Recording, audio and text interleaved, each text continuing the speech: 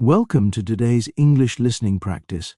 In this lesson, we are going to listen to and learn a complete story that teaches you the most useful phrases you need when you want to approach a stranger and make friends with them. Many English learners find it difficult to begin a conversation, especially with someone they don't know. They worry about saying the wrong thing, sounding rude, or simply not knowing the right words. But don't worry. By listening carefully to this story, repeating the phrases, and practicing them out loud, you will become much more confident. Remember, language is not only about grammar or vocabulary lists. Language is about people, connection, and communication. When you have the right phrases ready in your mind, starting a friendly conversation becomes easier. In today's story, you will hear how one person introduces themselves to a stranger, asks simple questions, shares a little information, and slowly builds a friendly connection.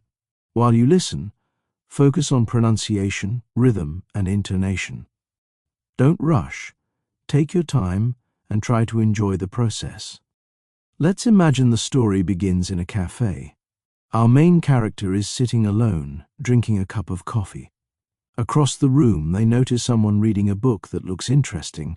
The character wants to speak to this stranger, but doesn't know exactly what to say. This is the situation many English learners face. What should you say first?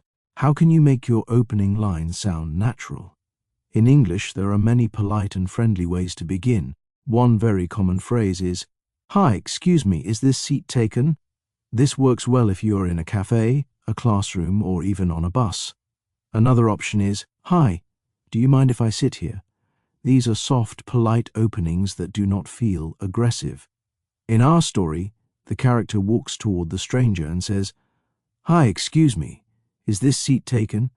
The stranger smiles and replies, "No, please, go ahead." Already, the first step has been made. This is the power of having simple, ready-to-use phrases. After sitting down, the next step is to create a light conversation. But you cannot start too quickly or ask personal questions right away. That might make the stranger feel uncomfortable. Instead, begin with something small and easy. We call this small talk. Small talk is very important in English-speaking cultures. It helps to create a friendly atmosphere before moving into deeper topics. In our story, the character notices the book and says, "That looks like a really interesting book. Do you like it so far?" This is a very useful phrase you can remember that looks interesting. Do you like it so far? It shows interest in what the other person is doing. The stranger looks up and replies, "Yes, it's quite good. I'm really enjoying it."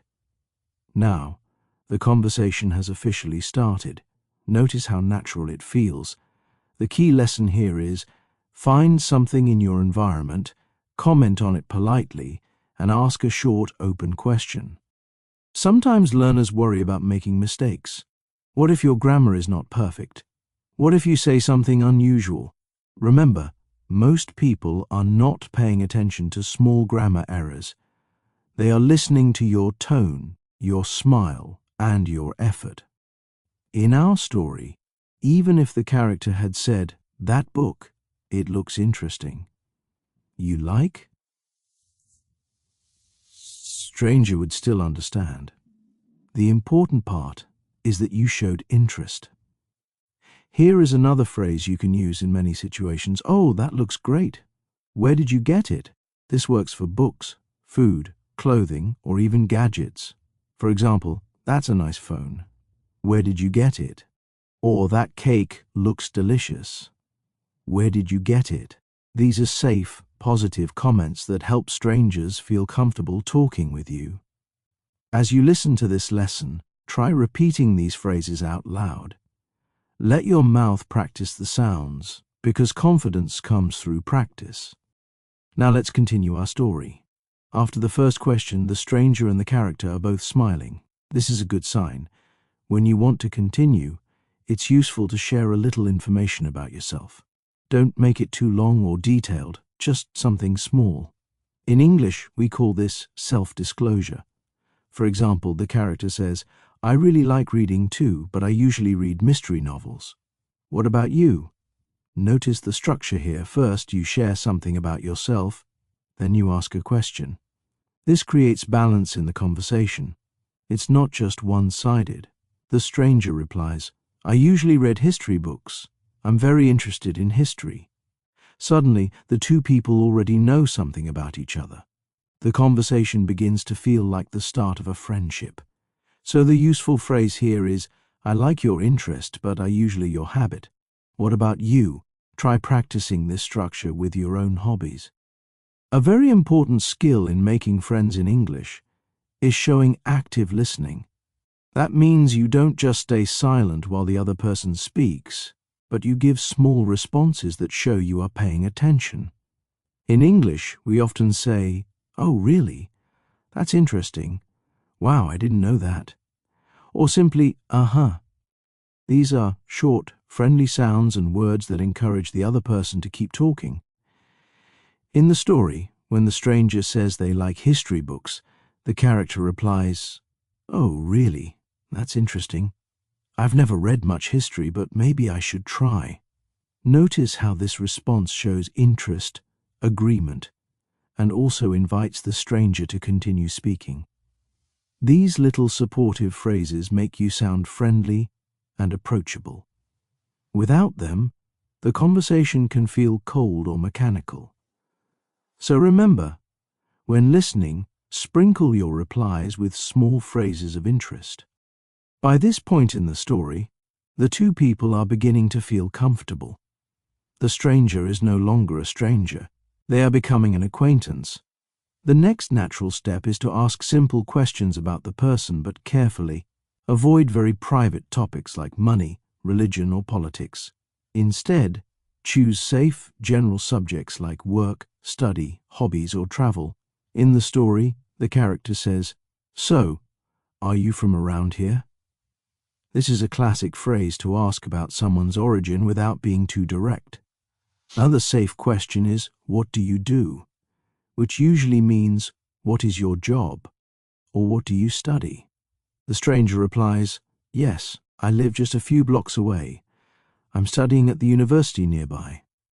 Suddenly, the character learns more personal details, but in a safe and natural way. This is how a simple chat can slowly turn into the beginning of a real friendship. The conversation in our story is moving smoothly now. The stranger has shared a little about their life, and the character has also shared something about themselves. The next step is to keep the conversation alive by finding common ground. This means discovering a topic that both people enjoy or have experience with. In English, one very helpful phrase for this is, "Oh, me too," or "I like that as well." For example, if the stranger says, "I'm studying history at the university," the character might respond, "Oh, really? I studied history a little bit in high school. I liked learning about ancient civilizations." Even if it is only a small connection, it creates warmth in the conversation. Another useful phrase is, "That reminds me of." You can use it to connect their story to something you know. For example, "That reminds me of a museum I visited last year."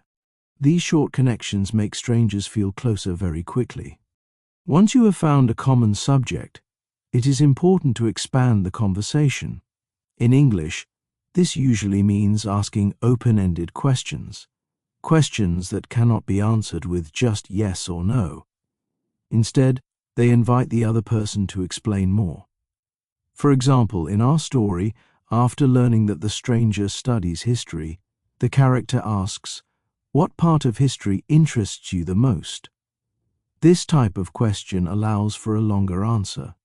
Compare that with a closed question like, "Do you like history?" which might only get a yes or no. By asking open-ended questions, you show genuine curiosity, and you give the stranger the chance to share their ideas. Other good examples include, "What do you usually do on weekends?" or "How did you get interested in that?" These are friendly and safe, and they help build trust between you and the other person. Another key skill in making friends is sharing experiences.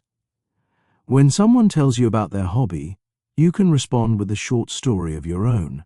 For example, if the stranger says they enjoy history, the character could reply, "I once visited a castle in Scotland, and it made me really interested in learning more about the past." Stories make conversations memorable. They add color and emotion. You don't have to tell long stories, just 2 or 3 sentences are enough.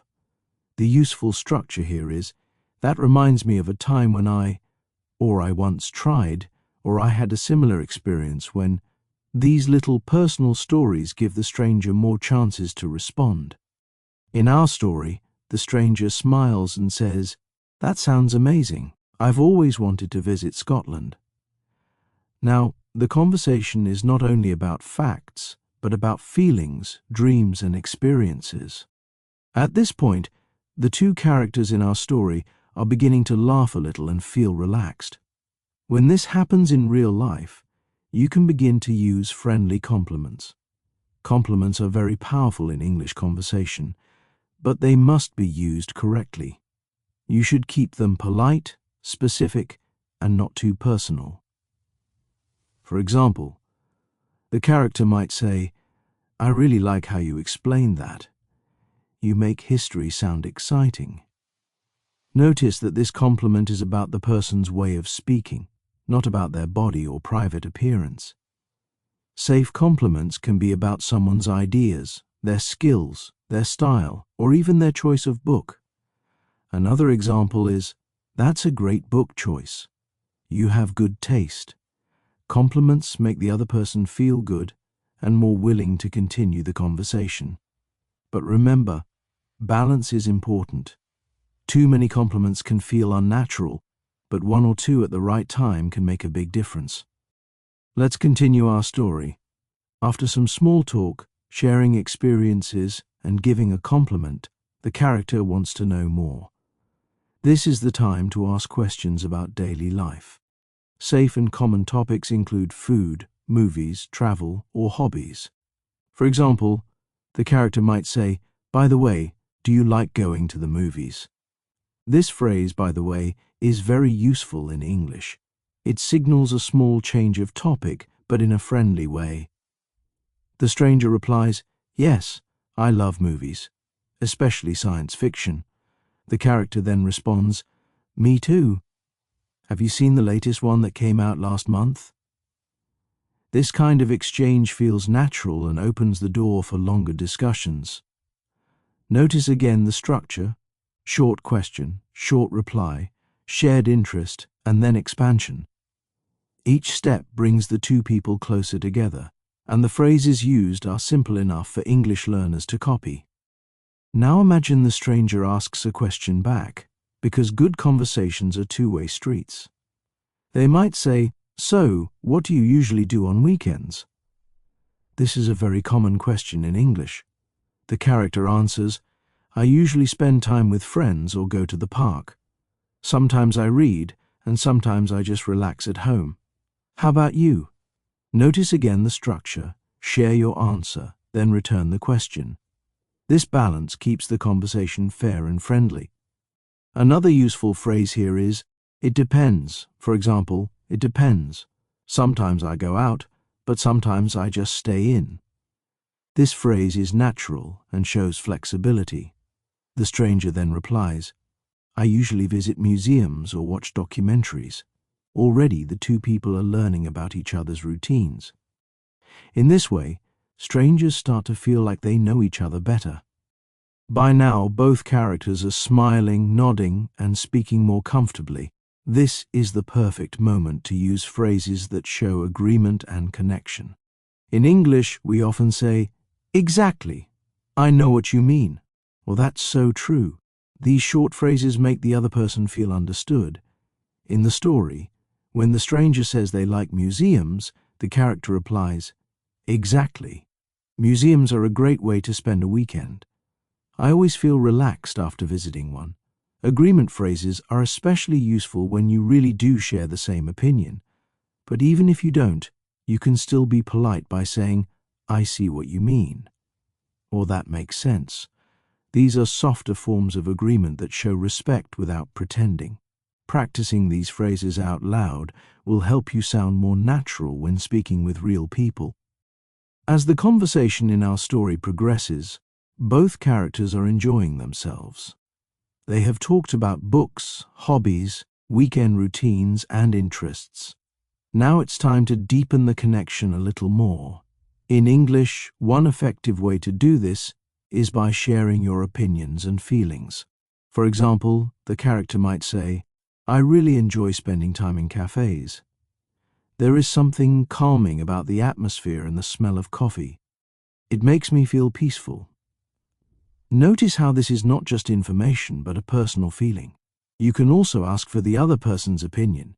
Do you like relaxing in cafes too? Sharing feelings or opinions helps the conversation feel more personal and genuine.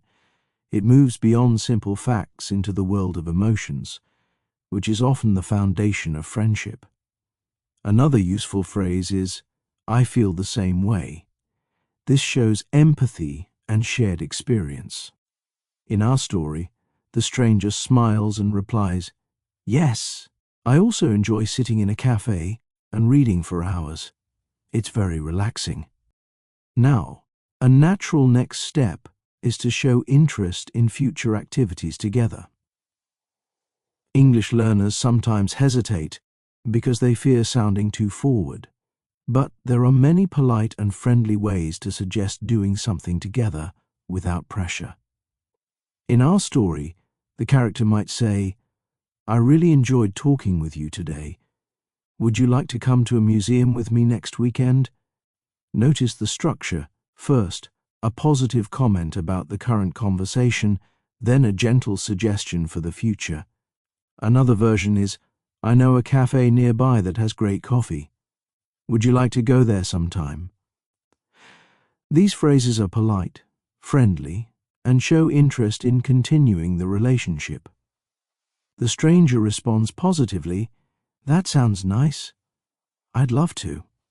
By using small, safe invitations, you move the connection from a single meeting to a potential friendship. Another important skill is knowing how to gracefully end a conversation while leaving a positive impression. Ending a conversation politely in English often involves expressing enjoyment and suggesting future contact. For example, the character in our story says, "I really enjoyed talking with you. I should get going now, but I hope we can chat again soon." Notice the balance, appreciation for the current conversation, and a hint of future contact. Other helpful phrases include, "It was great meeting you. I had a lovely time talking to you, and let's keep in touch." Using these phrases ensures the conversation ends on a warm, friendly note rather than feeling abrupt. The stranger responds, "Me too. It was great meeting you as well." Ending conversations politely leaves the door open for future friendship and makes both people feel positive. After expressing enjoyment and leaving politely, it's often useful to exchange contact information. In English, there are natural ways to do this without feeling awkward. In our story, the character says, "Would you like to exchange phone numbers or social media so we can stay in touch?" This is polite and clear. Another version is, "If you want, we can message each other sometime." Notice that these phrases are optional and gentle. They allow the other person to say yes or no comfortably. The stranger agrees. "Sure, that sounds good." Exchanging contact information is a practical step for building a real friendship. You can also follow it with a light comment, "Great. I'll message you to arrange our cafe visit." These small steps show initiative and friendliness, which are key qualities when making friends in English-speaking environments. As our story comes to a close, it's important to reflect on the phrases and strategies used. First, the conversation started with polite openings like, "Hi, is this seat taken, or do you mind if I sit here?" Then, the character used small talk, shared interests, and asked open-ended questions like, "What part of history interests you the most?" Active listening phrases such as, "Oh, really?" And that's interesting, helped keep the stranger engaged. Compliments like "I really like how you explained that," and safe personal sharing phrases like "I feel the same way" deepened the connection. Finally, polite exit strategies and gentle invitations like "Would you like to go to a museum next weekend?" ensured the friendship could continue. Practicing these phrases out loud, repeating them in different situations, and listening carefully to how they sound will make it easier for learners to confidently approach strangers in real life. To finish, remember that making friends in English is not about perfection. It's about effort, politeness, and connection. Every phrase in this story, from greetings to compliments, to sharing experiences and closing the conversation politely, is designed to give you a toolkit for real-life interactions. Don't be afraid to make small mistakes or sound unusual. The most important thing is to try, smile, and show genuine interest. As you practice, you will notice that conversations become easier and more natural. Try listening to this story multiple times, repeating the phrases, and even acting out both roles. Over time, approaching strangers and making friends in English will feel normal, friendly, and even fun. So, keep practicing, use these phrases, and remember, every friendship begins with one small hello.